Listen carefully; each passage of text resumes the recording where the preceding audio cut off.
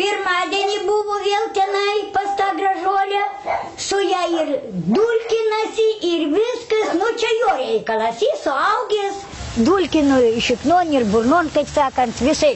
Čia ta Pušinskienė? Nu, gitagi, Gražuola.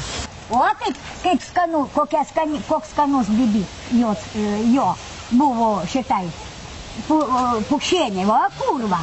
Įvytų vaimat, kaip stvėriau aš ją, jinai su tokiais papiničiais aš va tai va. Ras, ir į žemę tvirentiau.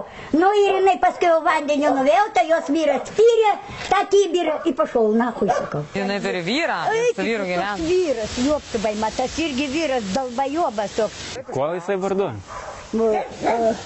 Oi, Romaldas. 24 metus gyvenat, nelabai pamenat vardą. O kaip jis įvadinat? Koza. Kaip? Koza. Koza? Čia tipo oška? Na. Tai ką mes dabar, gal porą savaičių atgal neturėjom nieko? Oi, Jėzus, Marija, Matku Boža. Ta prasme, palaukit, jūs nespėjot pajusti orgazmų ir kaip? Kada tas buvo? Durniau. Prieš 2 savaitės. Taip. Jok tvai mat, ką tu čia šneki? Ką šneki? Nu tai ko tu giniesi? Na, pabučiavai, tai bučiavai. Tikrai. Ja, bučiuotis.